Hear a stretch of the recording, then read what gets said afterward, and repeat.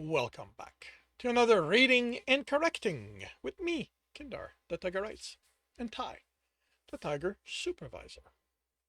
These are where I read a chapter of a book, one of my books, and correct it as I go. If you want to listen to these live, it's every Tuesday morning, 8 a.m. Eastern Time, and if you want to support me, that's on my Patreon. Today we are doing chapter 49 of Shattered Salvation. Tristan closed his eyes and let the breath out. The job was finally done. Then why didn't he feel his usual satisfaction? It was because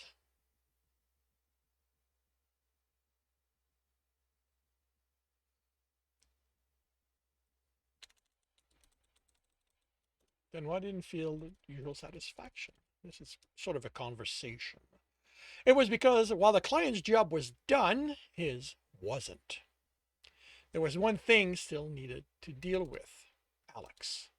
He wouldn't be satisfied while he was still alive. All he needed to do was turn and slash his throat. He wasn't infected anymore. That would be enough to kill him. Alex took a step back and his breathing sped up, but no knives were unsheathed. Tristan was familiar with that sound. He trained himself to listen to it since Alex entered his life, disrupted it. Alex was expecting the attack, and even though he'd said he would submit to anything Tristan did, his survival instinct had kicked in. Alex was ready to die, but he didn't want to, even at Tristan's hand. It didn't matter. Tristan could kill him, couldn't he? The memory of their last fight came back. The ferocity in Alex's attack, the fear Tristan felt. He had never been afraid of Alex before, but something had changed, and it had left him vulnerable. A head-on fight might not be the best idea. He forced his body to relax, and when he turned, everything about him said that things were fine. Alex was tense, hand near one of the multiple knives he'd accumulated. Of course, he knew Tristan too well to be fooled. The bridge, Tristan said, with a motion for him to lead the way. Alex hesitated. No one but Tristan would have noticed it, but it was there. The fear of what would happen if he turned his back, if he made himself vulnerable. Alex turned his back on him. Now, Tristan told himself, grab his neck, smash his head against the wall until it caves in. No, break his neck. Wrap your hand around it and squeeze until you feel the bone break. Turn him into a lifeless doll. No, rip his limb out. Watch him bleed out. Alex was already at the intersection, and Tristan had to hurry to catch up to him. He could space Alex, that would be slow, and let the human reflect on the stupidity of taking on Tristan, thinking he could win. The left open, and they stepped in. He could reach for one of Alex's knife, plant it in his heart, take each and every one of them, bury them in the human, in his back, his side, in those beautiful gray eyes. He growled, and Alex glanced at him, but didn't move. Why was he wasting his time thinking of ways to kill him instead of doing it? The door slid open, and Alex took the lead without being prompted. He was at ease, not ready to fight, but accepting what was coming. Good. Tristan thought as he followed Alex, watching his back, the way the jacket moved, imagining the muscles under them, the smooth flesh, the way his claws could rend it, make him bleed. He told himself to do it. He wanted to grab the human, throw him to the floor, break every bone, but his body didn't obey him. Why wouldn't it obey him? The answer came to him when he entered the bridge, and it was obvious Tristan couldn't understand why it had escaped him. Of course, he couldn't kill Alex yet. He still didn't know how he'd modified the computer, so only he had control of it. He could have undone his work, but he'd also have worked out subconsciously. But he also had worked out subconsciously that it would be much faster if he continued using Alex afterward. Tristan could end him.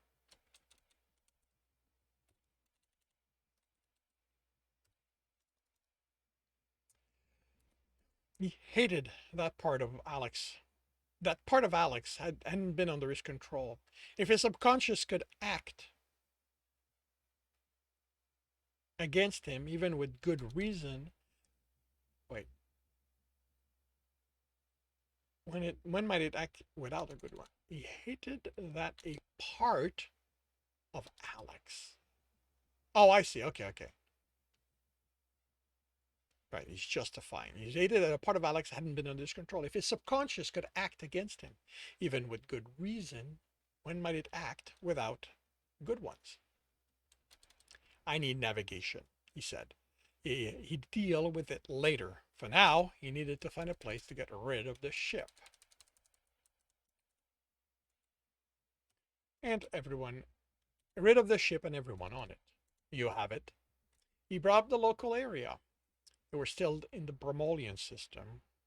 What what was there? What was here? You could use. What was here? What could he use here? What could he use here to obliterate the ship? Yeah, I had a habit of. I still do it every so often. My language can get clunky. Leadership. Were there any industries in the system with something hot enough to break it down to component atoms? Shook his head. No, of course not. But why was he looking at to that when there was a star just waiting to be used? Because he couldn't use it, not this one. The local government had sensors around it to study it, make sure it was generating the amount of light they needed. It would detect an incoming ship, and in their stupidity,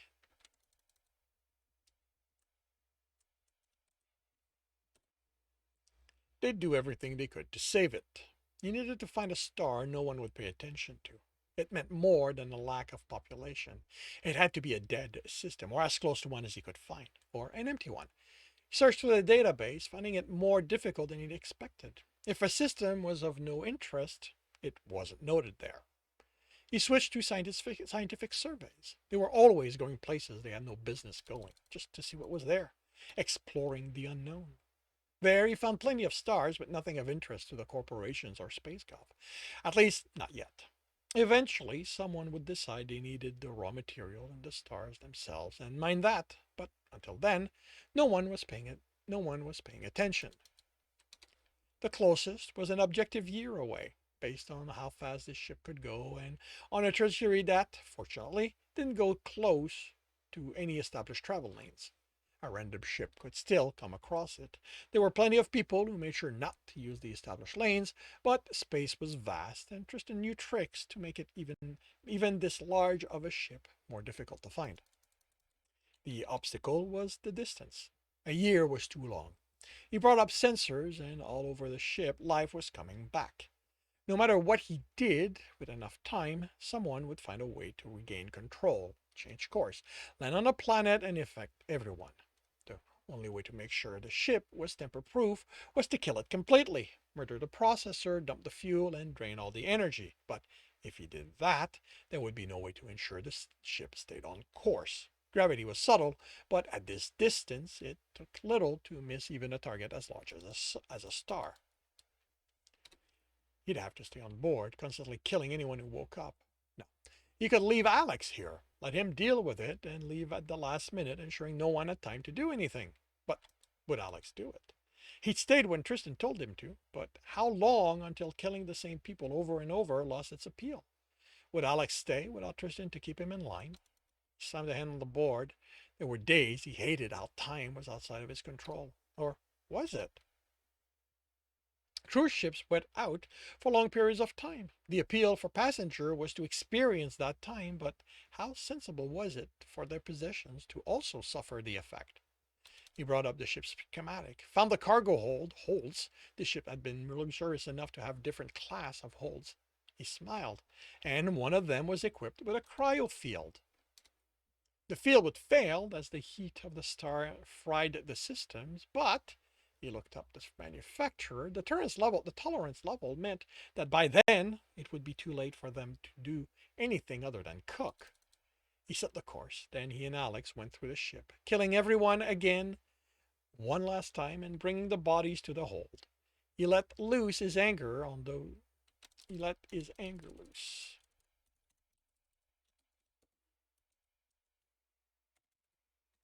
He let his anger loose on those who were able to provide him with some challenge. Too little, but it gave him an outlet until he could end Alex.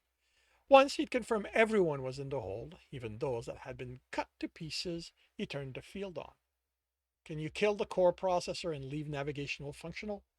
Alex shook his head. It's needed for everything to run. I can lock it up tighter than it already is and make it near impossible for anyone to work out which terminal is the one that can access it. Near impossible? I can't disconnect all the terminals. The one I'll use has to stay connected, but I can wrap it in enough obfuscating programs that the only one here who has a chance of finding it is Catherine's coordinates. The two others are nowhere near as good as they have to be. Tristan nodded. The name of that woman reminded him he'd seen Alex drop her in the hold. Go do it. Alex laughed without hesitation. He'd grown comfortable again with their relationship. Good. It meant he wouldn't expect the killing blow when it came. He waited until Alex's steps vanished in the distance and turned the field off. He found the woman and rolled her on her back with a foot. She had a knife through the heart. Alex hadn't wanted her to wake and cause him any more problems. Tristan snarled at her. She'd tortured Alex, used him, made him complicit in tracking Tristan down. He wanted her to be alive so he could make her pay for what she'd done to him. He growled and walked away. Not Alex's life. She'd made his life difficult. That was why she should suffer. Came back to the body and yanked the knife out. The wound started closing. There, he thought, as he left the hold. Let her deal with not being able to escape her fate. He activated the field. He went to engineering to get tools and then traveled the ship, disabling every escape pod but one. Destroying the emergency beacon, working alone for days on end, brought him back peace and reinforced his decision to be rid of Alex and focus only on his research from now on. He disconnected the ship's tag, keeping it powered, and secured it in the one remaining pod, launching it on a course to the edge of the universe. He'd prefer destroying the tag, but there was a chance someone at SpaceGov would notice and send a team to find out what had happened. The one time he saw Alex, the terminal, lost in coercion, the desire for him had been so strong, Tristan had almost done all the things his body wanted to him. He screamed, found a shower, made it hotter than he could stand, and forced himself under it. It took too long to regain control of himself, and he hated Alex for doing that to him.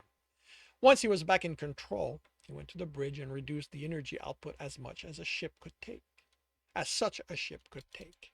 Less energy meant fewer chances a stray scan would detect it. He shut down the communication system and went outside and physically destroyed every antenna. Back inside, he made sure no one needed the bridge control for anything and destroyed them. He made sure he no longer needed the bridge control for anything and destroyed them. He threw himself into it, ripping every panel out, every wire circuit and conduit. When he was done, he was painting and shaking. And he didn't know if it was because he wanted it to be Alex he was ripping apart, or because he hadn't wanted to think of doing that to him. He turned, and Alex was in the doorway, watching him with a blank expression. What? Tristan yelled, pushing the anger to mask the ache, the fear of what Alex was doing to him. Soon, he told himself, far too soon, it would be over and he'd be alone again. I'm done, he replied. I've locked the core in a box so small that it'll go insane within a week. If anyone manages to find it, they're not going to be able to deal with what's going to be there. Tristan growled. Alex sighed. You, more than anyone,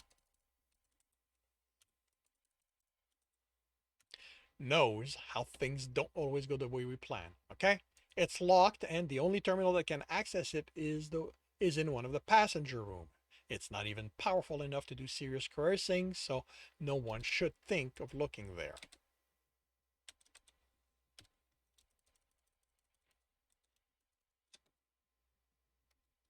And it's camouflaged within the system, but luck could be on their side, not that it's going to help them. If they open the box, the processor is going to go murderous on them. Destroy the ship? If the idiot had set up the situation that could cause the virus to. Of course not. I remember enough biology to know it's possible for viruses to survive in space. I've taken away anything that could let it do that. If It can void the ship. That's about it. Anyway, it isn't like they're going to be getting out of that cryofield from inside it. Tristan felt better knowing Alex had kept that in mind. He buried the pride that threatened to surface. Are you sure you're done? I am. Then you're staying, Tristan wanted to say. Then we're leaving. He headed for the Merc's ship. Without being told to, Alex sat at the communication board while Tristan opened channels and searched for any traps left there. He found a few simple ones, trip switches set to overload specific conduits if the ship wasn't powered up in a specific way. He bypassed them. He removed them completely when he was home. He put the last of the panels back on and found Alex looking at the chairs against the wall. He grimaced. Fluid replacement system. I hate those. I don't care, Tristan said, walking by him and doing all he could to ignore the human smell. The system's clean and obedient. Fine. Go under cryo. Tristan entered the command to close the hatch, then deactivated the magnetic lock. With a slight thruster push, they moved away from the cruise ship. He turned and stared as Alex took off his shirt. He watched the muscle move on the back that when he threw it over the other chair where his jacket already rested. He licked his lips as Alex bent down and took off his boots. When he took off his pants, Tristan took a step forward before catching himself, before burying the desire so deep it would never surface. What do you think you're doing? He snarled. Alex turned and Tristan's desire broke out of its prison. He wanted him so badly. He shook. Alex took a step back and raised his hand. I'm not implying anything. I know better. He didn't cover himself, and he wanted Tristan too. The smell, the sight, made that clear. Then why? He almost growled, fighting against himself to stay still. It's the fluid system. I deal with it better when I'm not wearing anything. I'm supposed to believe that? Alex's eyes never left his. I know. It makes no sense. I talked to a couple of doctors about it, and they say it's in my head, but it's still real enough for me. If I wear anything more than a towel, I'm a mess when I come out of it. You think it matters? Alex snorted. I know you're going to be pissed when we get back and I can't do anything to help with shutting the ship down. The way your temper's been flaring, I'd rather avoid being hit if I can control it. He kept his gaze locked on Alex's, trying to make himself do anything other than what he wanted. He could smell him slamming Alex. He could see himself smelling Alex against the wall, taking him there. He could hear Alex moan, smell how badly he wanted it. No, it wasn't only Alex he smelled. Fine, he snarled and made himself turn his back on Alex. If the human had broken their gaze and looked down, he'd have seen through Alex's barely existent mask. He looked at the controls, sent the message to the client with the location where she could find the quarry. After considering it, he added instruction to what to do with the biochemist. He finished as he heard the click of a clasp going around Alex's bicep, the beeping and whirling of the fluid replacement system turning on.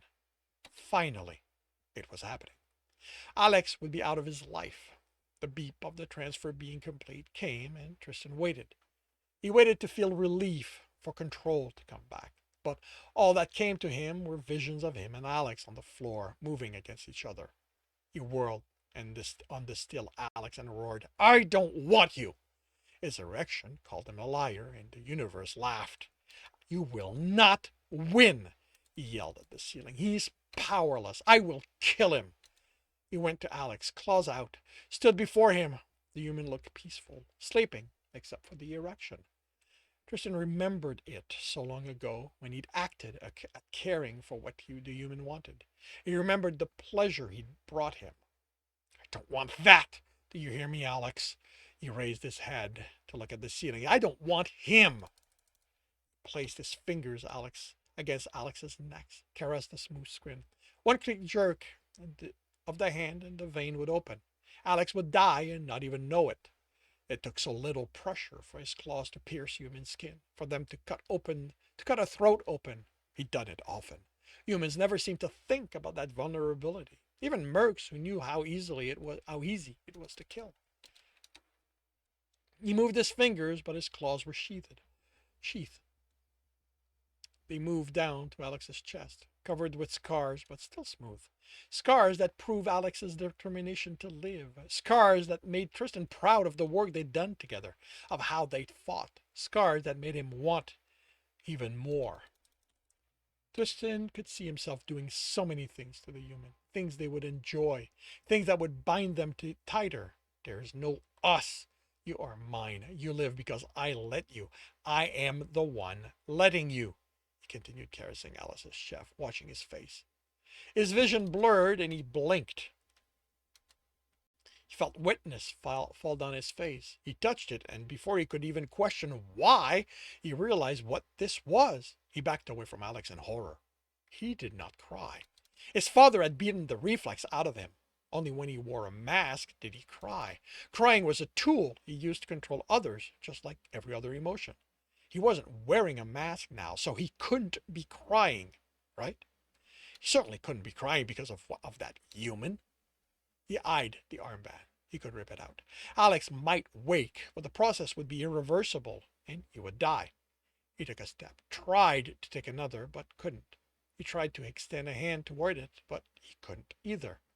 It was like a field was keeping him away from Alex, protecting the human from him. With a scream, he punched the wall, leaving a bloody dent in it. He was Tristan. He was always in control. He controlled everyone around him and himself. I am in control.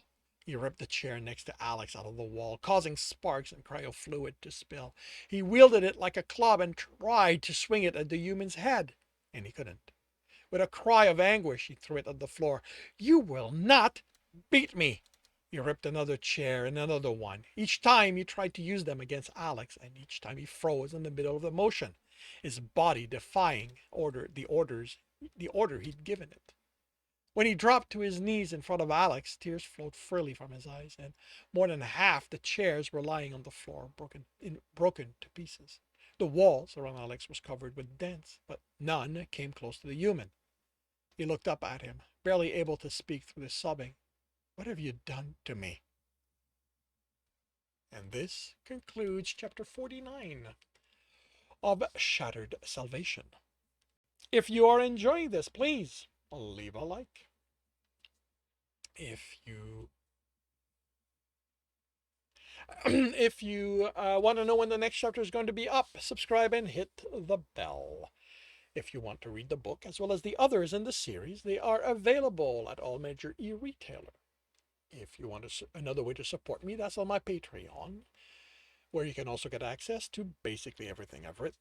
If you want to listen to these live, it's every Tuesday morning, 8 a.m. Eastern Time on Twitch. The links are in the notes, and with that, I shall wish you a good day.